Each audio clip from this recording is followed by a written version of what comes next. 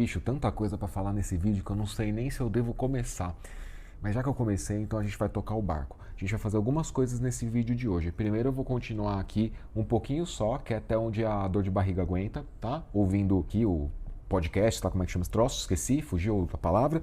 Mas devo ter acertado em algum momento com todas as que eu tentei. Eu vou falar agora já sobre o orelha, tá? Já agora na primeira parte do vídeo, depois da abertura aqui e tal. E já vou começar a introduzir para você a ideia da neurociência efetiva no treino de cães, que é o fundamento do adestramento hacker, tá bom? E aí a gente vai juntar todas as coisas e eu vou conduzir aqui. Me diz aí, tá? Nos comentários, você quer que eu continue reagindo a esse troço aqui? Com todo respeito, com todo respeito, tá? Ou já entendeu que não é por aí que a banda toca?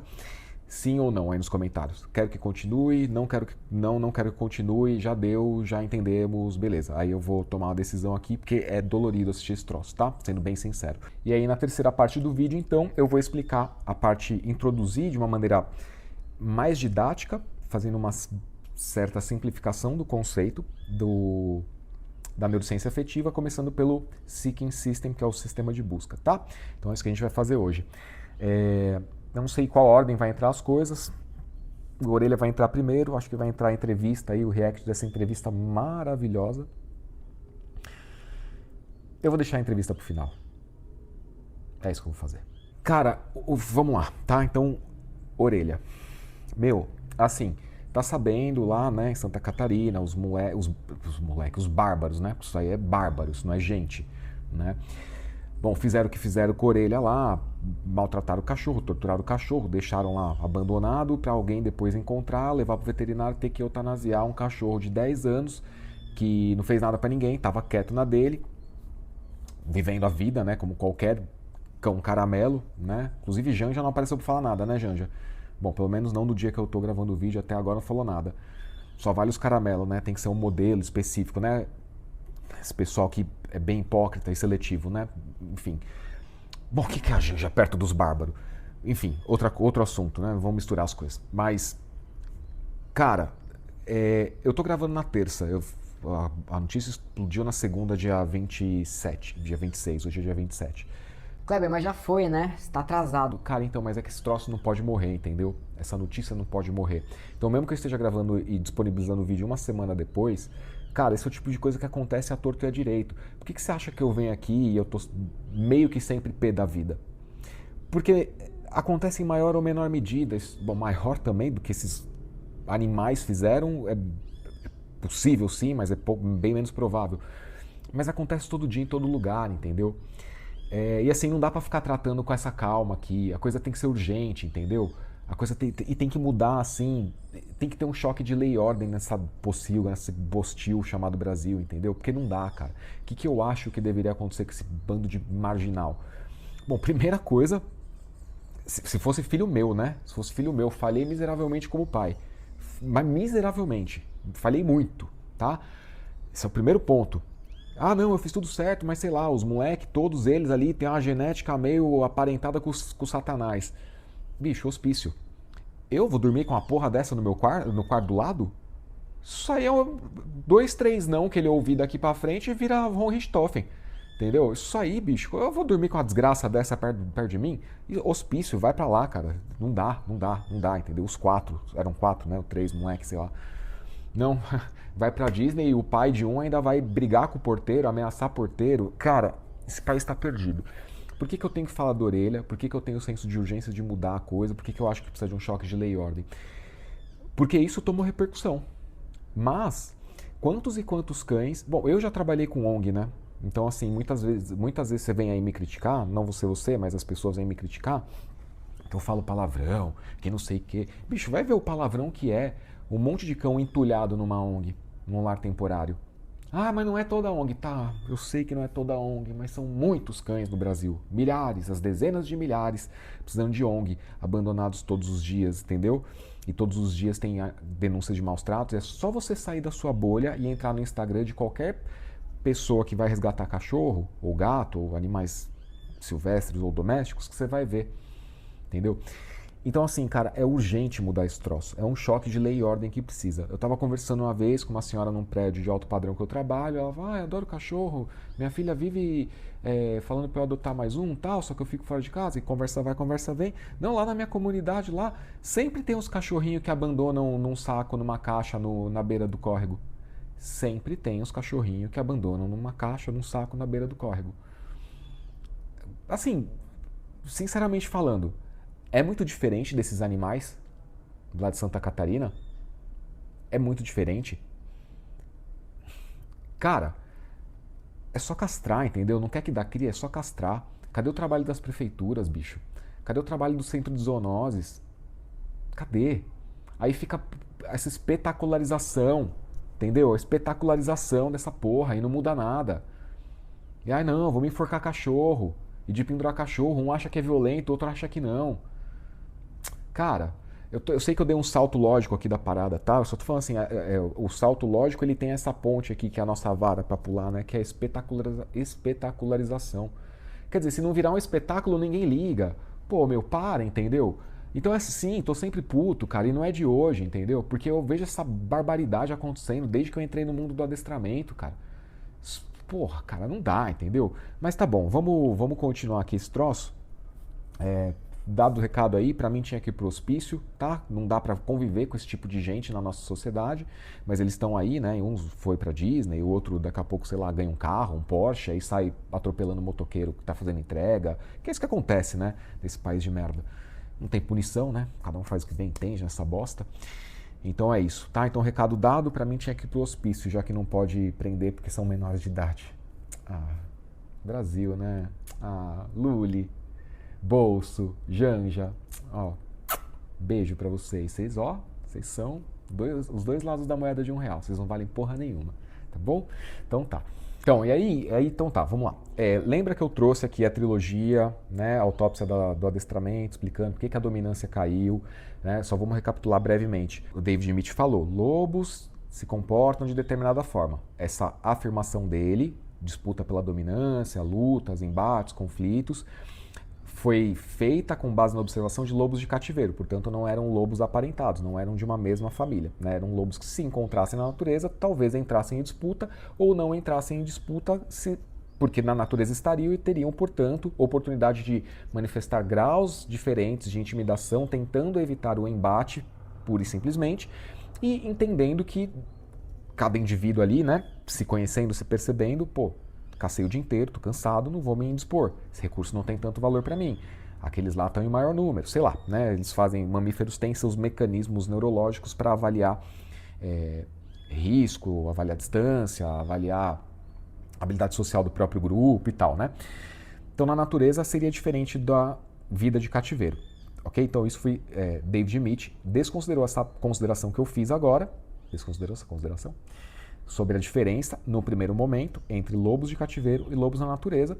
A extrapolação de se cães são aparentados de lobos e lobos se comportam dessa forma, então cães devem disputar a dominância também com seus donos, então a eles deve ser mostrado o que pode e o que não pode, como o lobo faria, levando em conta que a extrapolação foi feita a partir da observação de lobos de cativeiro. Não é assim que lobos na natureza se comportam. Mas não foi David Mitch que falou, olha, adestramento de cães domésticos deve se inspirar, tentar imitar, mimetizar comportamentos de lobos entre lobos, porque só assim os cães domésticos aprenderão, dado que não foi ele quem fez essa extrapolação. Quem primeiro fez, ou pelo menos ganhou mais notoriedade, foi a Monks of New Skit, uma escola de adestramento, acho que é americana, agora não lembro, trouxe aí na trilogia. E depois o próprio David Mitch falou, cara, dominância não é sobre força, dominância é sobre status parental. Normalmente é o pai e a mãe que são os dominantes, os alfas, são eles que lideram, são eles que, entre aspas, impõem os limites, entre aspas, porque o limite não é sobre correção, tá? Não é sobre punição. Tem o vídeo da dominância aqui no canal, é importante que você veja, porque aí você vai entender melhor, eu vou deixar aqui, não precisa pular, você vai entender melhor porque desse preâmbulo, e esse preâmbulo, intermediado pelo vídeo da dominância, que já está pronto, abre para você entender melhor o Seeking System, ok? Então tá. Então eu fiz a consideração aqui, lobo e cachorro são bichos semelhantes. Lobo de natureza não é cão doméstico, lobo de cativeiro não é cão doméstico.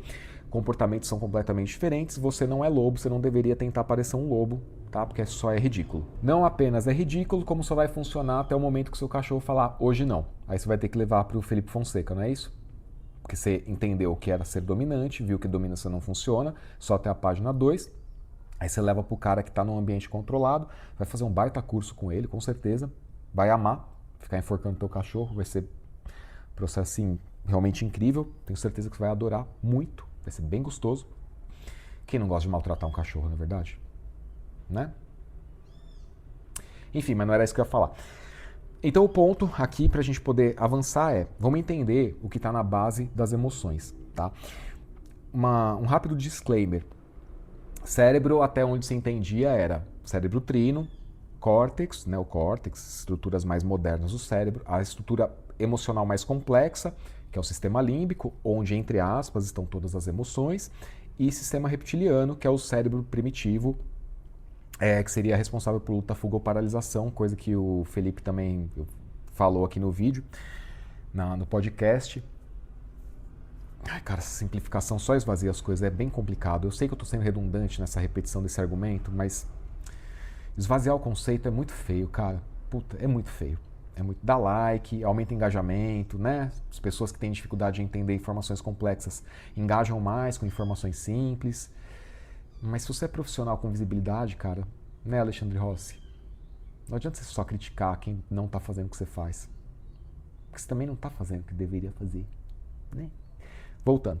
Então esse era o sistema, ou é ainda o sistema neurológico mais difundido, mas não é como se o cérebro funcionasse em caixinhas, em camadas, tá? O cérebro tem níveis de integração.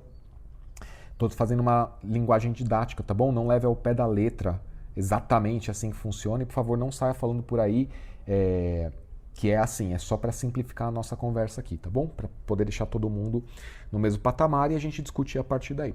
Então o cérebro não funciona em gavetas, ele funciona em níveis de integração. Sim, o cérebro reptiliano é muito mais influente por ser uma estrutura neurológica ancestral, tá? Ela tem mais influência no restante do corpo do que um sistema límbico, que é mais novo e mais denso, mais complexo, até nas suas possibilidades. E o sistema límbico é muito mais complexo e influente do que o córtex. Isso é pré-estabelecido já, a neurociência em todos os níveis entende dessa forma, tá? Esse é o conceito que é difundido por aí. Mas não é assim. Como é que é, então, que a gente vai aprofundar a conversa? A gente vai dar um salto, entre aspas, para a neurociência afetiva. A neurociência afetiva entende que existem estruturas que se integram. Lembra que eu falei? O cérebro não é gavetinha, ele integra, tá? A neurociência afetiva ela vai além. Ela vai estabelecer o que são os 7 sistemas afetivos fundamentais. Então ela não está falando de, o cachorro, o mamífero, tá? Mamífero, rato, cachorro, lobo, mamífero, eu, você, tá? Não é, frustração acende aqui no cérebro, medo acende aqui no límbico, no reptiliano, a ansiedade é a amígdala e tal, a cognição é aqui na parte do córtex. Ela não vai trabalhar nessas gavetinhas. Ela entende que existe essa integração e vai além, mostrando, comprovando que a integração é feita através de sistemas fundamentais. E esses sistemas afetivos não são emoções, no sentido mais difundido da palavra emoção. Não é como se a neurociência afetiva estivesse falando que são só 7 emoções. Não é isso. São 7 sistemas que são a raiz de todo o restante. Tá? Então vamos por partes. Hoje a gente vai falar do sistema de busca. Um dos primeiros sistemas, que é o mais importante, se você entende o sistema de busca, fica mais fácil você entender o seu cachorro, tá? O que o sistema de busca faz? O sistema de busca busca sem saber o que está buscando e encontra sem saber quem encontrou. Ou seja, ele integra estruturas do cérebro que vão fazer com que o indivíduo explore, curiose, mostre interesse, supere medos, supere inseguranças, supere frustrações, muitas vezes, para encontrar algo que ele não sabe que precisa no primeiro momento. Não sabe conscientemente. Mas o sistema de busca já começa a impulsionar mesmo antes do indivíduo ter a consciência de que precisa. Um exemplo muito claro seria o filhote nasce e já vai para a tetinha da mãe. Não é como se ele tivesse pensado, Nossa, estou morrendo de fome, então vou buscar as tetinhas da minha mãe. não. Isso já é impulsionado independente dele perceber que tem fome. Perceber conscientemente, igual eu e você fazendo. Pô, tô morrendo de fome, vou parar num lugar, comprar alguma coisa. Entendeu? Então essa é uma busca inconsciente natural, tá? Isso é um sistema integrado do cérebro que vai buscar algo que é vital, de vital importância, vai disparar determinadas regiões do cérebro que vão facilitar a consolidação de memória, de experiência, de memórias integradas, que vão dizer para o próprio cérebro que, quando você tem esse tipo de sensação, você deve desempenhar esse tipo de comportamento e encontrará este tipo de recompensa em dado local. Então, isso seria um primeiro sistema, uma primeira camada do sistema de busca bem simples, acho que assim, fácil de entender, ok? Então tá. Agora vamos brincar um pouco com isso. Quando o bicho nasceu, foi separado da mãe. Busca a mãe, não encontra a mãe, mas encontra alimento de uma outra forma. O que você está fazendo com esse bicho? Você está dizendo para ele, cara, a tua mãe, ela não existe, por qualquer motivo, tá? Mas o teu alimento existe e está aqui. Ok, o que o animal encontraria na mãe não é apenas o alimento. E aí é que tem uma grande diferença, e por isso que faz diferença quando você compra um cachorro ou adota de um canil sério, quando você separa antes dos 60 dias. Tá? Você começa a entender como o sistema de busca é muito importante, ele determina, mesmo que pareça pouco, 15 dias só de diferença, 3 dias de diferença, faz tanta diferença? Faz tanta diferença, faz muito mais do que você imagina. Quando você separa o indivíduo da mãe e diz para ele, alimento não é com a mãe, alimento é aqui, ó, tá? É comigo. O que o bicho encontraria na mãe, inicialmente, a primeira camada da busca, inconsciente, involuntária, muitas vezes, seria o alimento, mas não só o alimento. Seria, por exemplo, fonte de proteção. Seria, por exemplo, a fonte da higiene, da limpeza. Seria, por exemplo, a fonte que cuida e se antecipa para evitar que esse filhote faça uma merda qualquer de se separar demais dos demais irmãos, entendeu? Evitando dessa forma que ele tenha experiências aversivas antes do cérebro dele estar pronto para experimentar experiência aversiva. Sacou? Então, o tipo de experiência que a mãe oferece é diferente do tipo de experiência que a separação da mãe pode oferecer. Logo, as consequências do aprendizado serão diferentes também.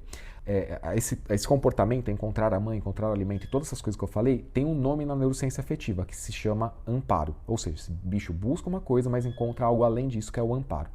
O amparo é uma palavra-chave muito importante na neurociência afetiva. Eu tô com as mãos daquele personagem do Brad Pitt no filme de guerra. We are here to build. We are here to build, to protect, support the civilian population. To that end, we must avoid killing it at all costs. É muito bom. Enfim. Então, esse nome, amparo, é muito importante para a neurociência afetiva. O amparo é para onde o bicho vai quando dá merda. Grosso modo seria isso. O filhote sentiu ansiedade de separação e tal, o que ele faz? Ele desempenha comportamentos de rastrear através do cheiro, através da audição, através da exploração visual, enfim, através dos 5 sentidos.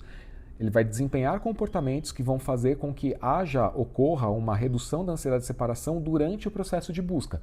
Seria uma brincadeira de quente e frio. Estou com medo de ficar sozinho, ansiedade de separação, qualquer coisa nesse sentido, tá?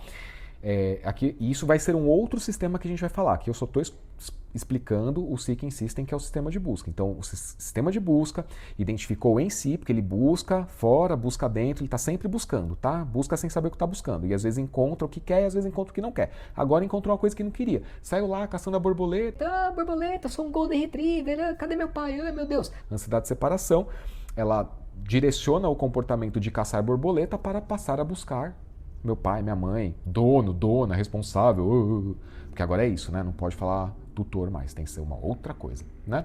Pois muito bem. Aliás, deixa eu tirar esse cara da tela, que já me encheu a porra do saco também. Deixa o Andy aqui, que é mais sucesso. Então ele vai performar comportamentos que visam a diminuição e resolução do problema ansiedade de separação, que ativou uma outra rede neurológica. É um outro processo, tá? Um outro sistema. Pois muito bem. O que na natureza o Seeking System de cada espécie faz? Quando encontra amparo na fonte matriz, né, pai, mãe, alfa, dominante, o amparo também impõe limites. Só que, lembra que eu falei da tolerância no vídeo 2? Bicho que está mordendo ali, tem que ser no pescoço, porque o leão... Então, você só está esquecendo a tolerância que um cachorro alfa dominante tem com um filhote pentelho, que nenhum dono de cachorro vai ter em casa. Então, quando esse filhote vai brincar de morder as canelas do lobo dominante alfa, da mãe dominante alfa, que é o casal alfa, né? Ou de um, ou de outro, ou de ambos, esses irmãozinhos todos enchendo a porra do saco, esses cães adultos eles têm uma tolerância que eu e você humanos não temos. Logo, a fonte do amparo vai proporcionar possibilidades diferentes. O que um lobo, como fonte do amparo, cuidadora, protetora, que dominância não é só sobre força, também é sobre prover e cuidar, entendeu? Ensinar. Pôr limites. Né? Porque parece que o lobo, ele tem dois modos. O que agride o tempo todo e o que ignora. É muito simples, né? Lembra que eu falei esvaziando o significado das coisas? Pois é, não é assim que funciona, tá? Então, existe toda uma complexidade de comportamentos que a matriz, a mãe ali, o pai, o amparo, a fonte do amparo, podem performar para ajudar esse bicho chato, pentelho, que não para de encher a puta da paciência, a performar algum tipo de comportamento que seja diferente e mais apropriado. Por exemplo, eu sou um lobo dominante, essa mala sem alça que tá me pentelhando, eu vou sair para caçar. Vou sair para caçar, se ele me alcançar, alcançou, se não, ele que gasta energia me perseguindo. Não vai conseguir alcançar, sim ou não?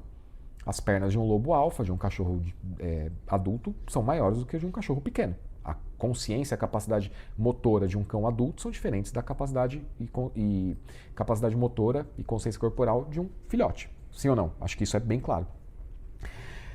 Através desse exemplo de dominância, ou seja, eu sou mais dominante que você porque eu corro mais rápido, que é os simplificadores, esvaziadores de conceito, falam, seu cachorro não pode passar na sua frente porque senão ele vai ser dominante. Através desse exemplo de eu vou na frente, eles estão dizendo, cara, existem outras formas de você lidar com isso que você está sentindo aí, que é tédio, dor nos dentes, sei lá, que é, por exemplo, se distrair, caminhando, me seguindo, sentindo ansiedade de separação, por exemplo, que você vai ficando para trás, eu vou parar e vou te esperar. Existem outras formas de lidar. Então a fonte do amparo vai fazer diversas coisas, tá? Eu estou trazendo didática bem simples aqui. Tá? É bem mais complexo do que isso, mas isso aqui é só o primeiro momento para a gente começar a conversa. Pois muito bem. Você sai de casa, você leva o seu cachorro junto? Não, ele fica sozinho o dia inteiro. Ele come o teu sofá. O que o adestrador da dominância vai te falar? Você não foi dominante. Enforca o seu cachorro. Direciona a mordida. Só que você não está lá para direcionar. Ah, faz um manejo de ambiente. Tá, mas o cachorro fica latindo quando eu faço um manejo de ambiente.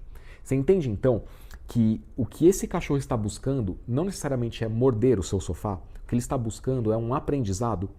Esse aprendizado eu tenho uma dor de dente, eu vou morder meu pai que ele está aqui agora. Eu tenho uma dor de dente, não tem ninguém aqui para eu morder. Eu vou morder alguma coisa, eu vou morder o chão, eu vou morder a parede. Tem cachorro que morde parede. Já peguei cada caso completamente insano. A busca direciona um comportamento. Esse comportamento pode ou não ser saudável. Saudável em que sentido? Para o próprio indivíduo e para a convivência daquele grupo familiar. Pode ser saudável que o meu cachorro, de uma natureza mais dócil e tal, simplesmente aceite que está com dor e não tente morder nada. Aí as pessoas falam, nossa, ele nunca mordeu nem destruiu nada. Então é um problema, tá? Desculpa te falar, mas cachorro tem que aprender a morder. O que é certo, quando pode, como pode, playlist aí de mordida tá completo, lá tem bastante coisa, tá bom? Ele pode ser um cachorro mais temperamental, mais propenso à combatividade? Pode. Nesse sentido, o que ele vai fazer se você não estiver por perto? Ele vai começar a morder coisas que satisfaçam o problema que ele está sentindo, experimentando, que é dor dos dentes. Os dentes estão crescendo e tal. Você chegou em casa, teu cachorro veio te morder, você briga com ele. O entendimento seria, eu estou punindo um comportamento inadequado, meu cachorro não pode te morder. Esse é o entendimento do pessoal aí que a gente estava reagindo, tá? Do Richard, do Alexandre Rossi, aí, do Felipe Fonseca. Não é isso que a neurociência afetiva, que tem fundamento, tem todo o escopo de estudo, tem pesquisador sério, tem pares que revisaram, é conceitual a parada e é bem conceituado no meio acadêmico. O que a neurociência afetiva entende, portanto, esse cachorro buscou algo, resolver o problema da dor nos dentes. O que ele encontrou foi uma punição. O entendimento em palavras desse cachorro porra, tô com um problema sério aqui, que na minha fonte inicial, a minha fonte matriz do amparo, seria resolvido através de um jogo, seja com a minha mãe, com meu pai, com os meus irmãos, a gente brincaria e tal, a gente exploraria tentando achar algum casco, uma árvore, uma planta, qualquer merda pra morder. E aqui, quando eu vou comunicar o meu problema, eu sou esculhambado, sinto medo. Que isso acontecendo repetidas vezes, quantas repetições, Kleber? 2, 3, 32, 132? Não sei, vai depender do indivíduo, porque neurociência comportamental também trata de desenvolvimento dos 5 traços de personalidade com suas 10 facetas. Então existe uma brincadeira aí de gradação entre os 5 traços de personalidade e as 10 facetas. Então depende do indivíduo, vai depender de diversas outras variáveis, mas aqui só falando de neurociência comportamental e afetiva, tá bom? Então, esse bicho, ele vai falar, dependendo do número de repetições, eu falo, cara, não dá pra confiar, isso é louco. Eu vou lá brincar de morder, ou comunicar a minha dor. Brincar é uma necessidade natural do cachorro, que também está relacionada com o sistema de busca. Você não tira do cérebro, ok? Você pode punir o quanto você quiser. Tá lá. Sistema de busca existe. Vai atuar, buscando de maneira consciente ou inconsciente, sendo recompensado de maneira clara ou não, tá? Sendo punido de maneira clara ou não, o sistema de busca está ali e visa aprender. Aprender o quê? Aprender o que esse bicho, enquanto espécie, precisará enquanto adulto. Enquanto adulto no seu ambiente, não na vida natural.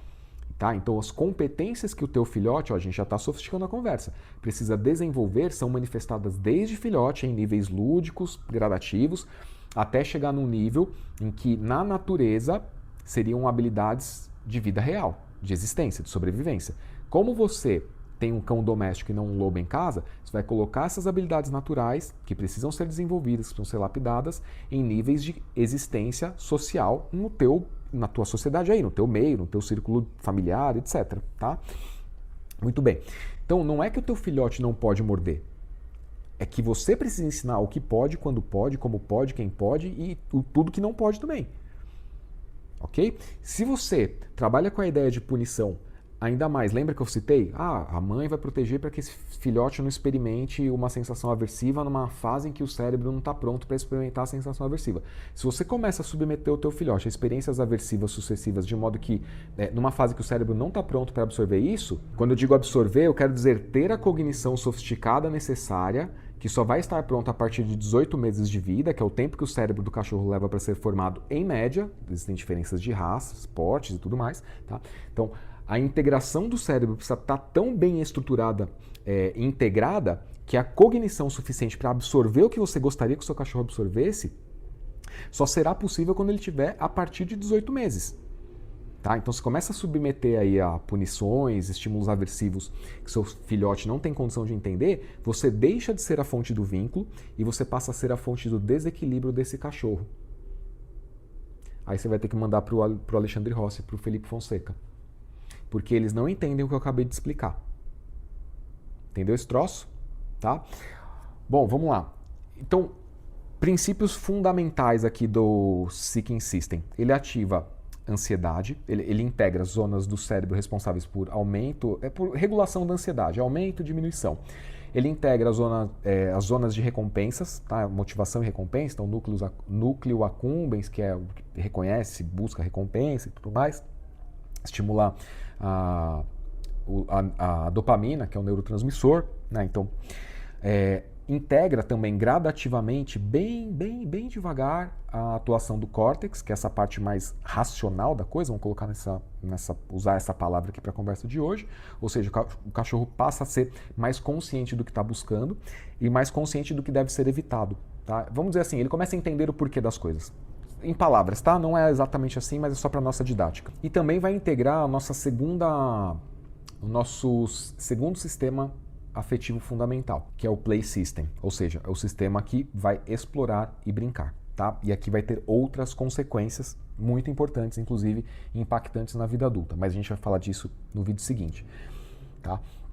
Então, assim, uma introdução bem gradual, assim, bem simplificada, mas você viu que a gente já foi dando algum grau de sofisticação mais para o final da explicação. Espero que você tenha gostado desse entendimento, dessa abordagem da coisa. E como é que isso se comunica no adestramento, como é que isso se integra na metodologia que eu desenvolvi, que é o adestramento hacker. Repare que houve poucos momentos marcantes na trilogia, né, da história aqui do adestramento, da autópsia do adestramento. A gente teve lá o aprendizado associativo, antes de Pavlov e Skinner.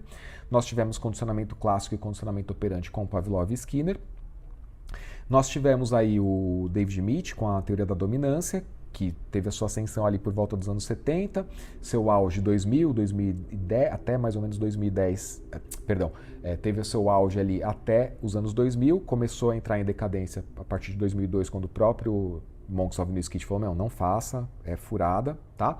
Em 1984 a gente teve um grande salto com o lançamento do livro da Karen Pryor, né?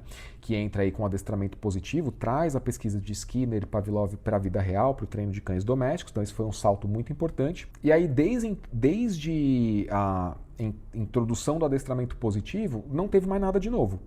o que teve foi o adestramento hacker, tá? Que as pessoas se recusam, por qualquer motivo, a aceitar que é algo novo, né? O BR também tem esse problema, né?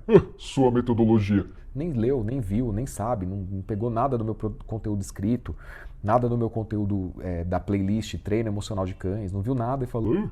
Sua metodologia. Sim, minha metodologia. Por quê? Porque o adestramento hacker integra condicionamento clássico, condicionamento operante, pareamento de estímulo, reforço positivo, negativo também, punição positiva, punição negativa, entendendo sim a teoria da dominância, não como ela foi inicialmente divulgada, mas a teoria da dominância com base na neurociência afetiva, que por sua vez já se fundamentou em estudo da neurociência comportamental, desenvolvimento dos traços de personalidade, e avançou a conversa entendendo e estruturando esses 7 afetos fundamentais aí que integram a funcionalidade das espécies. Tá? Então o que eu estou falando aqui não é sobre ser humano, é sobre a funcionalidade da neurociência afetiva na espécie canis familiares. E a gente traz isso de uma maneira passo a passo, estruturada, integrada para o adestramento, sem abandonar o que funciona, mas integrando tudo que estava fragmentado.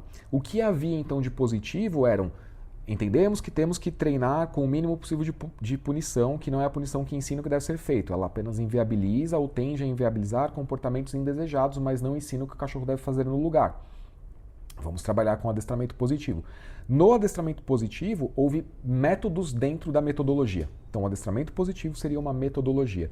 E aí existem métodos, por exemplo, a Karen Pryor, Clicker Training, a Grisha Stewart, o Behavior Adjustment Training, muito bom, inclusive, para treino de socialização, bem legal. Já está integrado também no adestramento hacker, adaptado com o conceito da neurociência afetiva. Clicker Training também. Você acha que a Susan Garrett, posso estar enganado, que tem um baita protocolo, um método dentro da metodologia para trabalhar com cães que têm ansiedade de separação severa. Sobre a ansiedade de separação, inclusive, está implícito na integração do Seeking System. Gente, eu dei uma pincelada aqui, né? Você não vai resolver problema de ansiedade de separação severo só com adestramento positivo, por mais complexo e completo que seja o protocolo, se eu não estiver enganado, da Susan Garrett. Porque essa ansiedade de separação não está apenas na percepção de que vou ficar sozinho, mas na busca que não encontrou o amparo. E o amparo não é só sobre fonte de proteção, mas sobre o aprendizado que dá autonomia. Tá? E é por isso que o adestramento hacker é o próximo grande salto dentro dessa estrutura toda que eu trouxe para vocês na trilogia. Não é com arrogância, mas é com orgulho que eu falo, porque eu sei a importância dessa metodologia, ok? Pois muito bem. Vamos lá, vou fazer o react aqui de alguns pontos, beleza? Vou deixar tocando para você saber o que eu tô reagindo, depois na edição eu vejo o que eu faço, o áudio fica uma bosta, eu troco, sei lá, não sei o que vai dar aqui. Vou falar muita coisa para falar, pouco tempo para falar, tudo tem que falar, vamos falar, falei, tu falar, tá falando, já falei. Bom, então você tá vendo aqui, mas eu tô vendo aqui, tá? Então eu vou ver aqui, você vai ver aqui e nós vamos ouvir, e aí eu vou pausar e vou reagir. Valendo. Pode ser. Não, eu acho que ficou confuso, porque em nenhum momento a gente falou que os cachorros são iguais a gente, né? Não, da violência, eu acho assim, que enforcar e puxar um cachorro com a guia, eu acho uma coisa violenta, na minha concepção. É violento. Ah, mas atacou, foi atacar, pensou em atacar, já tinha atacado, já tentou matar a família, já... Isso não tira o fato de ser violento. Um policial que entra em contato com um meliante portando arma é algo violento, não importa. Eu não estou dando razão ou tirando razão, eu só estou constatando um fato. É violento, ponto. Especificamente falando do treinamento de enforcar cachorro, dá pra adestrar cachorro sem a espetacularização, tá? É que não tem tanta graça, não aparece, o algoritmo não entrega tanto, dá menos visualizações, mas dá, eu já fiz. Tem documentário, não é documentário, como chama? Estudo de caso no meu canal, que está no curso também. Vai lá, faz a assinatura mais VIP Super Premium. Vai ter todo o conteúdo do canal disponível para você, mas eu recomendo que você já vá direto para o curso. Parcela em 3, 4 vezes aí e fica com o curso, vai ter bastante coisa lá, tá? Eu já reabilitei cachorro de pequeno, médio, grande porte. Eu salvei, mas eu não sei onde é que tá em algum HD externo. Eu tenho muitos vídeos de reabilitação de um pastor canadense, que é o Thor, que treinou comigo um tempo, treinou para reabilitar socialmente, já tinha atacado um adestrador. Felipe vai falar aqui de ataque enfim, vai falar coisa aí, já remendo esse assunto. Já tinha atacado, já tinha avançado em gente, já avançado em outros cães e tal. E não era...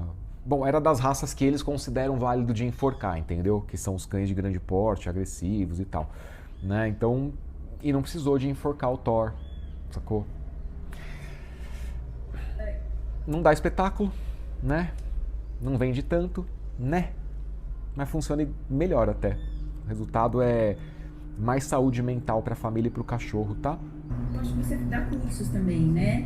Então, assim, o que eu fiquei muito curiosa, assim, como que na hora de você passar, você garante que ele não vai ultrapassar esse limite? Isso que eu tenho lido bastante, esse livro, que fala muito disso, porque aí Já fiz a ponderação, está atrasada na leitura, dona Luísa Mel. Vai logo, termina esse livro de uma vez, comece a aplicar. o tutor, por exemplo, que não tem a sua experiência, ele vai lá tentar Não é mais fazer. tutor, desculpa. Agora, você que é veterinário sabe disso. Agora o Conselho Federal Veterinário diz que agora é responsável. É que o tutor é um responsável legal perante não o conselho de veterinária, não sei o que lá, na instância jurídica, né? Tutor, que é o responsável legal. Então, a forma de você tratar tutor, responsável, dono, proprietário, independe. Não é a semântica da coisa que muda a forma como trata. Entendeu esse troço? É só uma questão de mero capricho. Ah, agora é dono, agora é responsável, agora não é mais tutor. Como se ser tutor de alguma coisa, legalmente falando, no caso de um cachorro, mudasse a forma como a pessoa vai tratar. Mas essas simplificações, eu não sei, deve vender. Eu não simplifico nada, né? Eu acho que simplificar é esvaziar o conteúdo da coisa. Mas eu acho que deve vender, porque o pessoal adora simplificar. Desculpa, Richard, tá? Mas puta, cara, não dá, meu. Hoje eu tô meio com pressa, então parece que eu tô puto com você, mas não tô, é só pressa mesmo, e assim, senso de urgência, entendeu? Porque senão vai ter mais cães orelha por aí, sacou? E mais cães que nem chegaram a ter nome sendo abandonados na beira dos córregos, entendeu? E mais cães que você vai falar aí, Felipe, que vai acontecer a mesma coisa, calma. Tutor, graças a Deus. Acabou esse nome de tutor. Mas chama de... Não acabou, continua. Mas só queria avisar que tecnicamente Amor, tá errado. amor, a gente chama de mãe e pai mesmo, tá? Eu chamo meus cachorros de filho, pronto, e acho que os meus seguidores também, mas eu acho que não é, isso não faz não, a gente já começa a fazer isso, já vai me tirando do prumo, né? Então assim, como você vai saber, porque assim, às vezes tá certo, aí o cara começa a ser mais forte, tem várias pesquisas aqui que falam que esses adestradores, quando os tutores, os responsáveis começam a fazer, eles vão ficando cada vez mais agressivos e vão causando mais violência. Mas... Sim, esse é um fato que acontece mesmo, e aqui tem um ponto que eu acho muito central nessa coisa toda, tá? Atenção, corte. Quando você faz o vídeo enforcando e pendurando o cachorro, e aí você fala assim, ah, traumatizou? Não, né? Tá com medo? Não, né? Cara, você já escala direto pro trauma, como se qualquer grau menor do que o trauma, do que a enraização de uma memória traumática, se desconsidera, se banaliza qualquer coisa abaixo do trauma. Ou seja, só é absurdo se causou o trauma, se não causou, é válido. E aí a pergunta da Luísa Mel, que eu detesto concordar, é uma pergunta muito válida.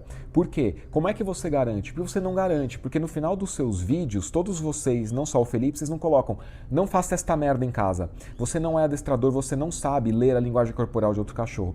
Por melhor ou pior que seja o seu curso, eu não estou nem entrando no mérito, tanto de formação, capacitação de profissionais, ou de donos, ou proprietários, ou responsáveis, ou tutores que você quiser dar, quanto os que você fez para atuar na área, o fato é, você teve a sua sensibilidade treinada em maior ou menor grau em comparação com outros profissionais para saber qual é o limite, ou para pelo menos desconfiar qual é o limite. As pessoas que estão vendo o teu conteúdo não têm esse grau de sensibilidade, não tiveram esse olhar e não tiveram a gradação do treinamento que você teve, ok? Então acho que é um ponto muito importante essa pergunta da Luísa Mel, por quê? Porque no final de todos os vídeos você deveria colocar, não faça esta merda em casa. Não com o merda, pode falar da forma que você quiser. Lembra quando você era criança? Você é mais jovem do que eu, talvez você não tenha pego isso. Crianças, não testem isso em casa, né? Por quê? Porque sim, isso é perigoso, ainda mais numa época de redes sociais. Aí entra todo o questionamento. Vale qualquer coisa para ganhar seguidores e ter clientes? Eu não acho que vale. Você faz isso, faz qualquer coisa para ter clientes, seguidores e dinheiro no bolso? Eu não sei, é uma pergunta, tá? Eu não faço. Eu não vou fazer esta merda. E não é porque eu não vou fazer que eu não sei resolver problemas de cães agressivos. Inclusive, o fato de você e outros profissionais colocarem esses cães agressivos todos no mesmo ambiente já denota uma falta de conhecimento de ferramentas auxiliares que já partiriam do pressuposto de que estar ali é errado. Não é a melhor forma de resolver problema de agressividade. Mas em suma, acho que essa pergunta se resume a esse tópico. Você não garante, você não tem como garantir, tá? O seu tempo de atuação no mercado é completamente diferente de vamos dizer que seu curso dure muito tempo de preparação para adestradores, vamos dizer que você faça 1 ano de curso. Se você está a 8, a 10, a 16, a 32, você tem que concordar que é mais do que 1 ano. Em 1 ano você não aprende tudo. A não ser que você tenha muito pouco para ensinar e aí em 1 ano ou em um final de semana a pessoa aprende tudo o que ela tem para aprender. Você sabe que existem muitos cursos que ensinam na forma final o que você faz no seu Instagram. Tá? Porque eu não estou falando do seu curso, estou falando do que aparece no seu Instagram. E muitos cursos se baseiam em entregar isso daí em um final de semana. E para a pessoa leiga, ela não entende a diferença. E aí é que eu acho que falta um grande cuidado. Mas eu tô falando aqui com o Felipe Fonseca, mas ele tá cagando pra minha existência. Então, na verdade, eu não tô falando com ele, tá? Eu tô usando ele para passar o recado para você que é um tutor, uma tutora, um responsável, uma responsável, um dono, uma dona, um proprietário, proprietária, e que com razão, olha para isso que ele faz e fala, cara, isso não pode ser adestramento. De fato, não é. Pega uma coisa que você não gosta e dá esse nome para este tipo de trabalho, ok? Mas não é adestramento. Isso não é adestramento. Eu vou passar aqui pro meu. Deixa eu Ale falar. O Ale Você já falar. responde a pergunta do Ale. Depois cara de mal. Tá reflexivo. Não é fácil, não é fácil. Olha que o Ale, gente, vocês viram que eu passo aqui? Porque o Ale é um monge budista. E eu não. Não, tô longe disso. Mas olha, o que assim, primeiro só esclarecendo, tá? Assim, a correção e os limites, eu acredito que se tem que dar e se tem que colocar. O negócio é como que se faz isso, né? E aí sim, todos esses termos, eles podem ser distorcidos, podem levar para um lado, você pode chamar violência uma coisa, outra, você pode chamar enforcar o cachorro e pendurar ele, você pode chamar isso de uma correção, mas você também pode chamar isso de uma agressividade, né? Quando a gente vê a terminologia agressividade, ela super dá conta desse sinal. Agora, eu justificar que eu posso fazer qualquer coisa porque o animal não é humano e porque ele cheira a bunda do outro, porque esse é o ponto que eu estou trazendo aqui para discussão, né? Eu realmente eu não iria tão longe em algumas metodologias que são utilizadas, porque a gente tem outras que funcionariam melhor, na minha opinião, e que também trariam mais segurança para a sociedade e para esses animais, como a Luísa falou, de que... Alexandre, mas só que você não iria tão longe, mas meio que não é como se fosse um coitado na vida com 20 mil inscritos no canal, 10 mil seguidores no Instagram, que não tem o poder de comunicar e de articular com, por exemplo, a Câmara de Vereadores da sua cidade, ou com um deputado no qual você votou e do qual você pode se aproximar, ou então com o canhão de comunicação que você tem quando você está na TV aberta, né? Não é como se você não conhecesse ninguém influente, entendeu? Para poder articular leis de responsabilização, inclusive de maus profissionais. Não é como se você não pudesse trabalhar ativamente para tornar mais rigoroso o processo de compra e adoção de cães do Brasil, entendeu? A partir de um determinado ano, com um lapso de tempo, até a lei começar a vigorar, sacou? Não é como se você não tivesse condição nenhuma de atuar para desenvolver um regimento, uma regulação semelhante a que tem na Holanda, na Alemanha, né? Então também, pera lá, Alexandre, não é como se... Depois, você entendeu, cara? E as pessoas ficam me criticando porque eu vou criticar. Mas porra, cara, é muito fácil vir me criticar. Você não acha que é fácil vir me criticar? Talvez você faça isso porque eu tenho mais chance de dar audiência pra você que tá me criticando do que ele que não vai te responder. Mas o fato, cara, é que quando você tem um poder maior e influência maior, você tem que ter responsabilidade maior também. Então não dá pra ficar tão zen e monge budista, entendeu? Porque não é como se a gente estivesse na Holanda ou na Alemanha, entendeu? Tem problemas graves pra resolver aqui. E se você é um profissional influente, atuante no meio pet, Luísa Mel, Alexandre Rossi, Mr. Pet, cara, o que vocês estão fazendo da vida além de esbanjar números de seguidores? O que vocês estão fazendo além de usufruir de muitos recursos e de muitos patrocínios e de muitos convites para participar de coisas e tal? Assim, cara, tipo, não é como se a cultura pet no Brasil tivesse começado semana passada, entendeu? Meio que vocês surfaram a onda o começo da onda, a crista da onda, a gente ainda tá no, né? Porra, cara... eu não sei, cara, acho que vocês têm... E aí eu critico, aí vem me criticar porque eu tô puxando a orelha dos caras que sequer estão dando bola pro que eu tô falando, o que é um absurdo, porque eles deveriam estar falando o que eu tô falando, e eu é que deveria estar surfando as benesses deles terem criado leis, processos, um regimento mesmo que...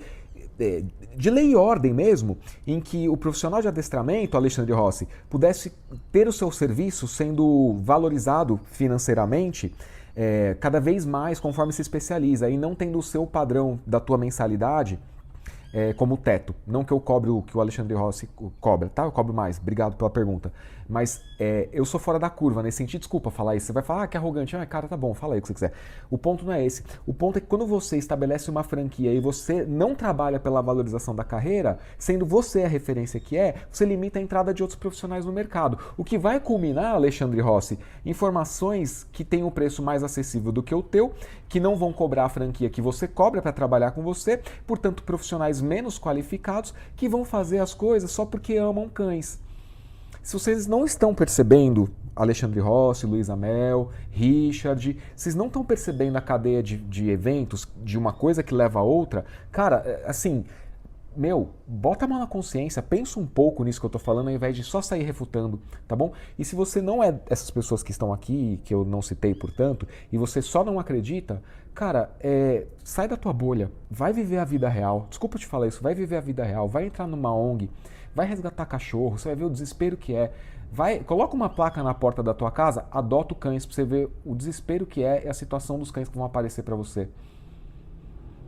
Tá? Cara, eu fiquei 4 meses em Caraguatatuba, litoral de São Paulo. As pessoas vão passar as festas de final de ano, carnaval, inclusive tá chegando o carnaval, abandonam os seus cachorros na estrada, em Caraguá. Aí vai para um lugar que não tem infraestrutura, né? Resgatado, vai para um lugar que não tem infraestrutura. Aí os veterinários todos ficam às voltas, se endividando para poder pagar as dívidas de internação que as pessoas que internaram têm que arrecadar o dinheiro, ainda não tem o dinheiro para pagar a cirurgia e a internação. Quer dizer, todo um ecossistema desenvolvido para arruinar a cultura pet no Brasil. Cara, vocês não veem a correlação de eventos? Me desculpa, saia da bolha, vai atuar em campo, tá? Pesquise, se aprofunde, você vai ver que é um buraco sem fim.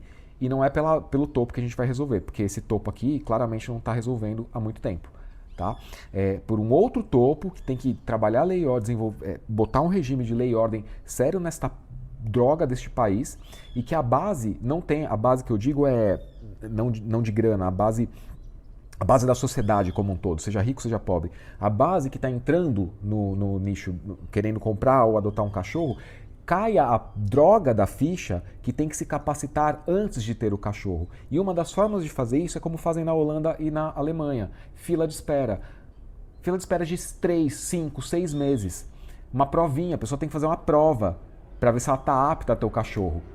Quando ela começa a entender que ela tem que se capacitar, ela desiste no meio do processo. Ou seja, a base, quem está entrando, e não o topo, quem está no mercado já atuando e falando que tem que regulamentar a profissão e tem que ser do jeito que eu faço.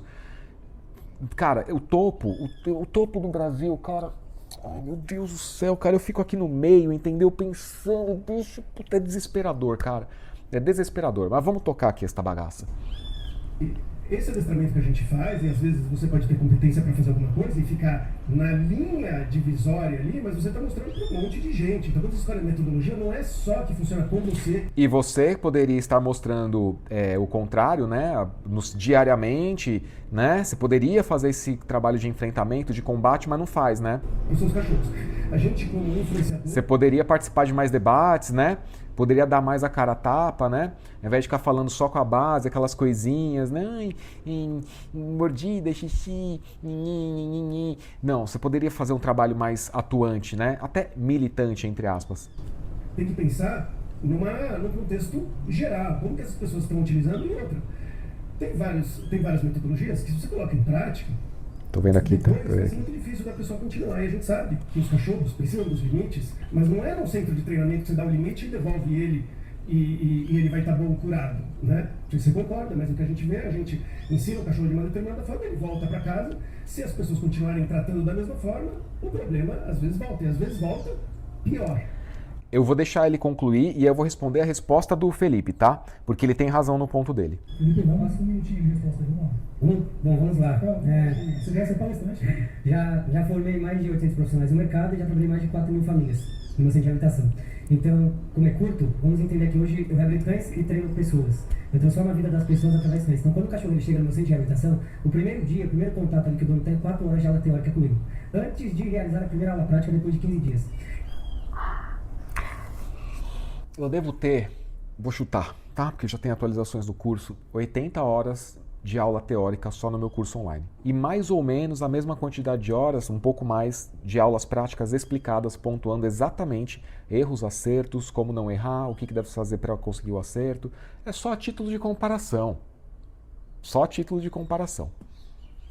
Não se abale com o que eu estou falando. Aprende, se comporta, que ele já começa a mudar a mentalidade dele. Leitura corporal, odor, segurança, confiança e principalmente como vai começar a tratar o cão. E nas aulas práticas ele tem todo o manejo. Então muito dono de cão que eu treino em um mês... Me desculpe, mas não tem todo o manejo. Todo o manejo, eu citei o meu exemplo aqui a título de comparação. Todo o manejo, você não passa, mesmo que você fique 1 ano em treinamento diário, teoria e prática, você não passa todo o manejo. Porque todo o manejo, a palavra todo, quer dizer que você generalizou o seu aprendizado, não apenas, ou seja, você não treinou apenas o seu cão, você treinou o seu cão, o cão do teu cliente que maneja diferente, você ajudou aquele cliente, você ajudou outro cliente que tem uma família com uma estrutura diferente, com um cachorro que tem um outro histórico, que foi adotado e entrou em contato com um que chegou filhote. Você começou o processo de generalização para entender como o todo da espécie canis familiares, na sua totalidade, funciona. Um Border Collie com alta tendência a pastoreio é diferente de um Golden que só quer ficar com o negócio na boca dele ali e fugindo de quem vem tentar pegar dele, entendeu? É completamente diferente. Que eles não acham que é cachorro, né? Um Shih Tzu agressivo, o potencial de perigo dele é completamente diferente de um pastor. Então você não aprendeu o todo se você trata um Shih Tzu igual a um pastor, no seu potencial de dano por agressividade, entendeu? Cuidado com a sua generalização aí, porque você abre margem para ser criticado assim, cara, de uma maneira até simplista mesmo, não tem outra palavra aqui, porque pô, é isso, né? Quer esvaziar a complexidade da coisa, simplificando, aí simplifica de uma maneira inábil e sobra isso, tudo bem. 2 meses ou 3 meses no centro médico, sai melhor que muito adestrador no mercado. Então eu preparo. Pode até ser, porque tem muitos cursos péssimos de adestramento, né? Principalmente o adestramento de final de semana. Pessoas para viver de forma correta com os cães, para não criar ansiedade, problemas psicológicos, entre outras coisas, né? Então no meu centro de treinamento eu trabalho e ensino pessoas, e as pessoas que eu formo para trabalhar no mercado pet, eu ensino toda a minha metodologia, tanto que tem mentoria, acesso aos meus cursos e acesso ao meu centro de treinamento para entender como lidar com cada caso. E é óbvio que eu não vou trabalhar um filhote da mesma forma que eu vou trabalhar um cachorro agressivo que está tentando me matar ou que já está com a família inteira, como por exemplo o Jack, né, que muitos profissionais recusaram. 4 profissionais, 2 veterinários assinou o termo de eutanásia e foi parar no centro de treinamento. Depois de morder a família inteira, 2 irmãos, a irmã, pai, mãe, mais 8 visitas. Ou seja, seria a solução a eutanásia desse cachorro? Ou realizar realmente um adestramento, direcionando e corrigindo o comportamento? Porque o cachorro não sabe se frustrar e acaba abrindo a direção buscando o pescoço. E lembrando, a correção é no pescoço, não é costela, a parte de baixo. Por que pescoço? Porque é a parte mais valiosa do cão. Por ser predador, ele é predador. Tudo comendo na vida selva. Por que a correção no pescoço? E por quê? A boca na traqueia do cachorro. Por quê? A boca do cão, porque eles comunicam através do olfato e boca. O cachorro brinca com a boca e ele morde com a boca. Então tem as formas corretas de utilizar o cachorro e não ser extremamente agressivo ou violento. E óbvio que da mesma forma que o cão ele tem o reptiliano, que é o instinto de sobrevivência, luta ou fuga, nós seres humanos também temos. Então, se um pitbull de 50 a 60 quilos abre agressão em cima de você, o que vai salvar sua vida? O peitoral ou a guia mais alta para você controlar a boca dele que quer arrancar seu pescoço? Então nós temos que ter. Já se cagou todo. Desculpa, mas já se cagou todo. Vamos por partes aqui. A pergunta não foi essa, Felipe. O que o Alexandre Rossi te perguntou é: como é que você prepara o tutor para que ele continue o treinamento que você iniciou? E a sua resposta deveria ser: a gente começa no meu centro de treinamento, porque é onde eu tenho o controle de estímulos, eu controlo os cães que estão ali, a distância, o manejo ambiental, o manejo alimentar, e eu mostro para os tutores como eu faço. Desconfio que seja isso que você faz no seu isso ou algo próximo disso, ou isso também e mais alguma coisa, tá? Depois disso, os tutores, os donos, os responsáveis, que é o inferno, assim, não é dono, tanto faz essa merda. A pessoa que vai responsável ali por aquele cachorro, ela precisa passar pela segunda etapa do processo, que é mais demorada. O que você faz é categorização. O cachorro aprende em categorias, ou seja, neste ambiente, com esta pessoa, eu devo me comportar dessa forma. Seria equivalente de você ir na festa de formatura do seu amigo médico, pendurar a gravata na cabeça, subir em cima da mesa, bebaço, e quando você vai no consultório de outro médico qualquer, você não faz isso, porque você entende que são ambientes e situações diferentes, apesar de terem todos o tema em comum, medicina. O cachorro aprende assim. nesse ambiente, neste local, com esses cães, categorização, com essas pessoas, tá? Com esse equipamento, com a petisqueira dando pista visual aqui para mim, eu sei que eu estou no momento de treino, categorização, cada uma desses estímulos coloca o cachorro num sistema de categorização, para ele entender como ele deve operar, facilitando então não só a performance como o aprendizado. A segunda etapa, que é mais lenta, é a generalização.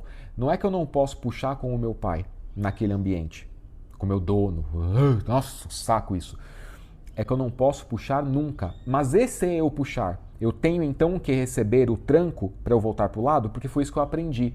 Na verdade, a generalização consiste em, não importa porque puxou, nesse exemplo do puxar, puxou tem que voltar para o lado. Vou tentar colocar algum vídeo aqui que eu estou treinando e tal. Obviamente, os críticos criticarão porque eles não entendem e carecem de um processo imaginativo de aprendizado em que eles só conseguem ver aquilo que eles querem ver. Então, quando você mostra um troço diferente, eles não conseguem imaginar como é o processo, por onde ele começa, que caminhos ele vai tomar e onde ele culmina. Eles só conseguem ver o resultado final que eles viram e, portanto, fogem do desconhecido, né? Então, esses vão criticar. Não se importe com esses animais estúpidos, burros para um cacete, ok?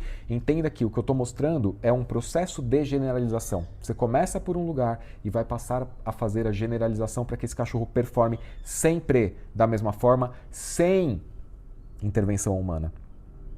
Sem ter que ficar levando o estímulo coercitivo, punitivo, o que quer que seja. Daí você já encaminhou para outro lugar e não respondeu o que o Alexandre perguntou, tá? Você tentou pegar um contexto, um questionamento bem amplo e enfiar dentro da sua caixinha, tá? Foi isso que você tentou fazer. Eu percebi. A sua audiência pode não ter percebido, mas eu percebi. Não sei se foi de propósito ou se foi carência mesmo de... Eu não tô nem falando por mal isso. Carência de vocabulário ou até a escassez do tempo, que você falou que ia responder em 1 minuto, passou muito mais de 1 minuto, tá? A pressão ali da situação também, enfim. Mas foi isso que aconteceu, só estou constatando o fato, não é nenhuma crítica, tá bom? Nenhum ataque. Aí você levou a pergunta, a questão para, de novo, o negócio de agressividade. E eu acho válido se levar para o negócio de agressividade. O problema não é esse, cara. O problema é que aqui não existe adestramento preventivo na base, na lei. Se a pessoa não entende o cachorro e vê o que você faz e fala, Meu Deus do céu, isso é adestramento? Não quero fazer. ela não vai entender o cachorro e vai tratar o cachorro em termos humanos. Ou seja, vai humanizar uma outra espécie. Ao humanizar, você começa a ter os problemas psicológicos que levam, invariavelmente, esse cachorro ao teu adestramento. Porque você disse no seu vídeo que essa pessoa viu, ou outro profissional, não é nenhum tipo de acusação, é só tipo uma... Estou usando a sua pessoa porque eu estou respondendo a você, mas qualquer pessoa que faça isso. Você mostrou o cachorro sendo enforcado e disse que é assim que se resolve a agressividade. E o cachorro dessa pessoa ficou agressivo não porque ela fez adestramento preventivo ou adestramento positivo, mas porque ela humanizou uma outra espécie.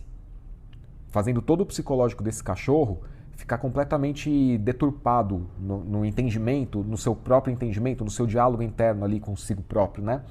Um cachorro que tenta manifestar determinado comportamento, mimado às vezes, punido às vezes, não entende as regras de convívio, não entende limite, não sabe o que pode e o que não pode, ficou completamente cagado dentro da própria cabeça. E acabou que, por estar completamente cagado dentro da própria cabeça, desenvolveu um nível de frustração com o qual não consegue lidar. Aí sim você acertou, mas não é porque fez o adestramento positivo, ou porque fez o adestramento preventivo, ou porque um ou outro foi errado. Não é por isso. Não é por isso. E aí essa pessoa então fala, Nossa, eu vi um rapaz que fazia assim, assim, assado. É o caso do meu cachorro, porque o meu cachorro tá mordendo, ele disse que cachorro mordendo tem que ser tratado dessa forma. Eu tô tentando, não tô conseguindo, vou levar pra ele. cara, não é possível que você não veja a correlação dos eventos. Simplesmente não é possível. Não é possível. Não é possível! Ainda mais agora que eu apontei. Beleza, então você levou para um outro lugar a coisa. E aí você foi pro negócio, porque assim, dentro do seu método, tá? Você levou 2 pontos. O primeiro é, se abrir ataque... que a frase nem faz sentido. Abrir ataque em você. Ou contra você. Na língua portuguesa essa frase não orna, tá? Então, puta, cara, eu sou meio chato, eu não sou assim o erudito e tal, mas eu acho que algum rigor técnico na hora de explicar as coisas é importante, tá? A colocação correta, me distraí com um marimbondo querendo invadir minha casa. A colocação correta seria um cachorro que direciona comportamento agressivo para uma pessoa ou outro cão. Abrir agressão, não existe isso, né? na estrutura linguística. Nossa, meu Deus do céu, cara. Bom, enfim, me delonguei demais nesse ponto. Aí você coloca aqui duas coisas. Primeiro, tem que ser no pescoço. Você tirou de onde essa informação? Porque você viu lobos brincando, cães brincando de morder? Isso é só um dos escopos de comportamento agressivo. Um dos. Tá? Sim, na hora que eles vão se morder, eles vão se morder. Eles vão morder, inclusive, onde der pra morder. Né? Se pegar pata, pegou pata. Inclusive, como é que você me explica que cachorro vai no pescoço se Border Collie vai nas canelas? Ah, não, mas é comportamento de pastoreio treinado. Não, qualquer filhote de Border Collie sai pastoreando canela, bicho. Se eu posso, e aí eu faço a ressalva, faço o adendo. É sim um ensaio, uma brincadeira de agressividade. Porque esse cachorro não sabe do dia de amanhã, né? Ele é um filhote, desenvolvendo comportamentos naturais de filhote. Então, eu estou só simplificando, mas tem uma playlist completa aqui. Na simplificação, eu já te mostrei que você está errado. Tem uma playlist completa aqui falando sobre mordida. Vai ver essa playlist, eu vou deixar na descrição. Então, esse é o primeiro ponto, tá? Mordida não é a única forma de comportamento agressivo. E morder o pescoço, e portanto a correção tem que ser no pescoço, seria se, na sua própria elucidação aí, você fosse um cachorro, coisa que você não é. Né? Então o fato de você ir com a sua mão corrigir o pescoço, de pendurar o cachorro pelo pescoço, que é o que a mãe faria, sua mão não simula os dentes de uma cadela. Não sei se você sabia disso. A coleira de pescoço, a guia unificada, ou prong collar, menos ainda. Tá? Ou tanto quanto. Né? Tanto quanto, sendo que é nada. Tá? E conter a agressividade direcionada a uma pessoa ou outro cão é indiferente. Se a coleira segurar o peso do cachorro, a força de tração, se está no pescoço ou se está no peitoral, é indiferente. Não é porque você não sabe usar uma coleira peitoral, easy walk ou a normal que prende nas costas, que o equipamento é ineficiente. Isso é só um argumento vazio, fútil, simplista, que reduz ou esvazia o significado das coisas. Se assim fosse, deveria então ser proibido fabricar e vender qualquer tipo de equipamento que não fosse guia unificada. Não é porque você não sabe fazer, que é o mesmo que eu falei para o Richard, não é porque você não sabe educar com um treino positivo, Richard, e você entende que reforçar o erro é adestramento positivo, que isso é adestramento positivo. Não é porque uma criança responde 2 mais 2 igual a 10, porque tenho 5 dedos em cada mão, tenho 2 mãos, então dá 10. Não é porque a criança não sabe fazer matemática que a matemática não tem fundamento. Isso é meio óbvio. Beleza, então, duas coisas aqui que só não fazem sentido nenhum. Fazem sentido se você quiser encaixar toda a complexidade do comportamento de cachorro dentro da sua caixinha. Tudo bem, tá? Só que o teu argumento não invalida a pergunta do Alexandre. E aí, de novo, eu tenho que dar razão para Alexandre e para Luísa Mel, que não faz o menor sentido. Mas nesse contexto faz. Forma correta de trabalhar. E que cada caso é um caso, e eu não vou ter a mesma ideia ou posicionamento com o filhote, com o cachorro idoso ou qualquer outro tipo de cão que entra ali. Né? Então, entender a forma correta de se comunicar é o que vai transformar a vida da família. Voltei da Alemanha esse fim de semana, onde fui trabalhar cachorro, que as pessoas contrataram profissionais lá fora e não aprenderam a lidar com os cães. Então, uma semana resolveu o problema. Cara, mas assim, vou adotar o teu argumento. Você foi para a Alemanha dar curso para brasileiros, que acho que você não fala alemão. Tô errado? Acho que não, né? Não fala alemão. Como é que você me garante que aqueles brasileiros que estavam lá entenderam exatamente, ou que se houve um tradutor, ele foi fiel na tradução para explicar o conceito? Então já tem aí uma falha, tá? E aí nesse sentido você superou o que o outro profissional conseguia entregar. Então talvez nesse sentido o que você tenha feito não é ser melhor, mas apenas explicar melhor. E é bem talvez mesmo, tá? Porque eu já tô falando pra você aqui que as coisas que você tá falando, cara, é assim, só no seu mundo. Só no seu mundo, tá?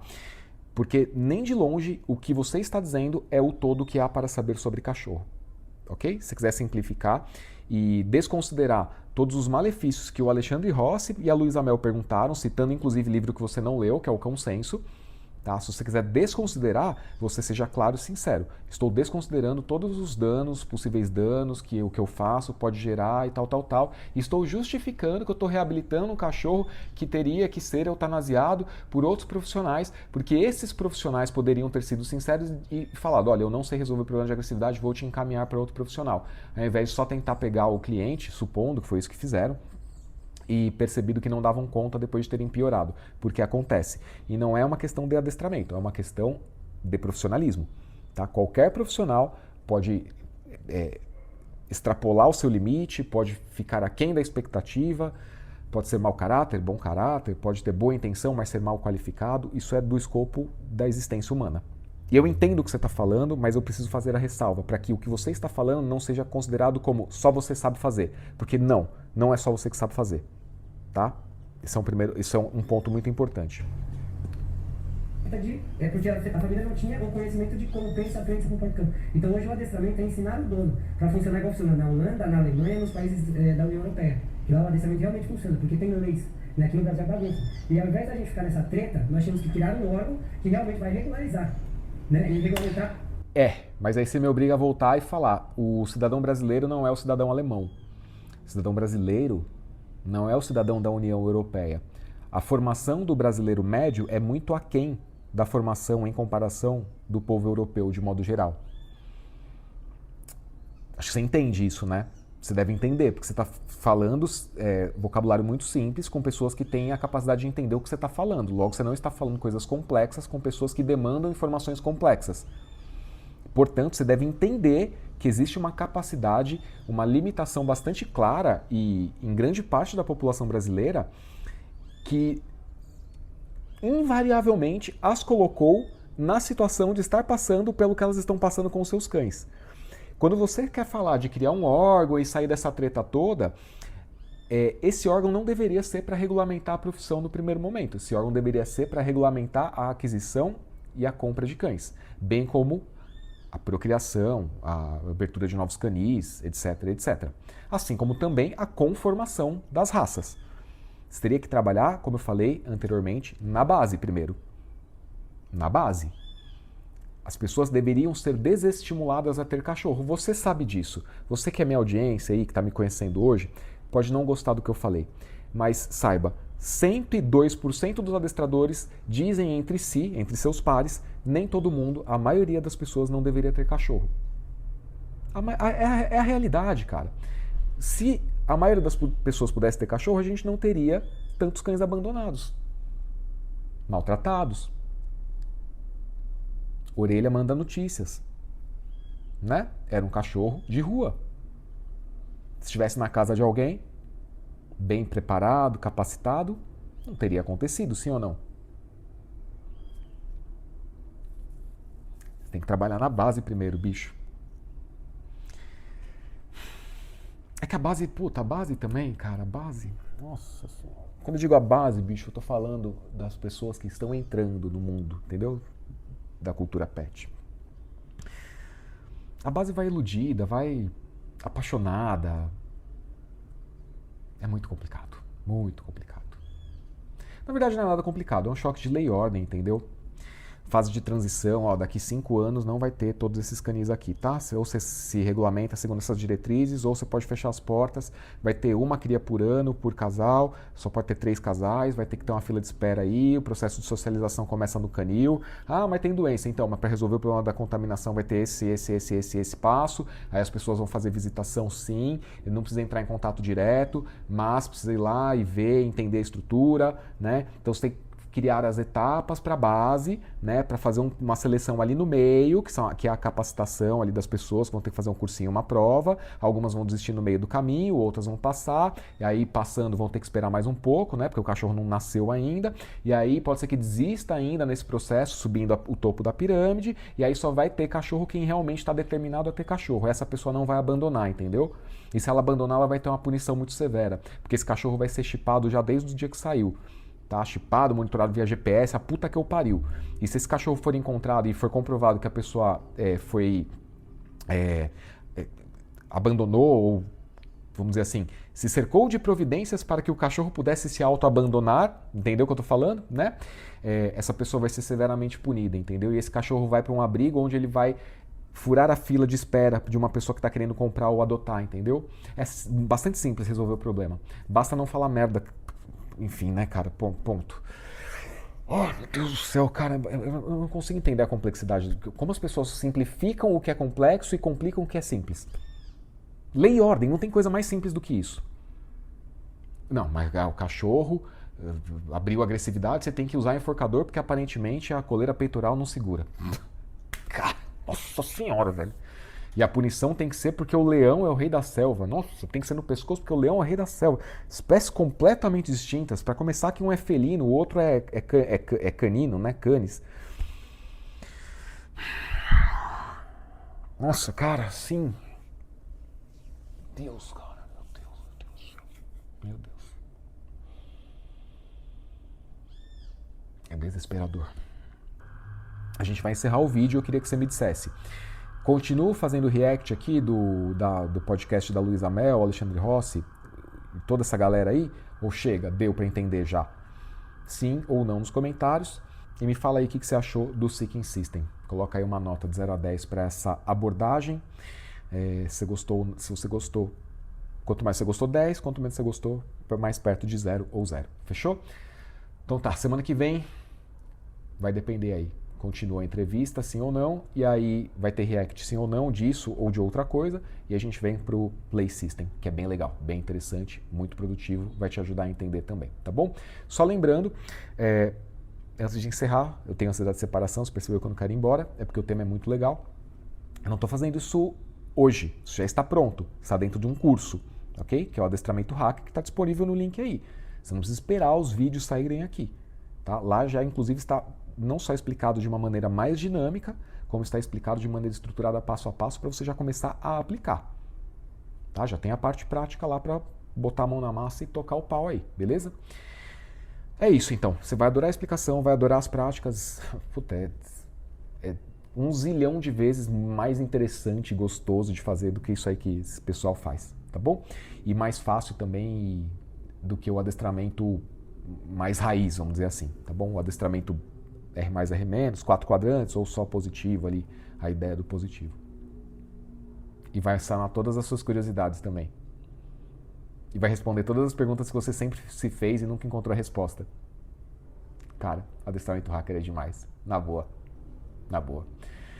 Espero que você entre e conheça o método. Um abraço, até o próximo vídeo.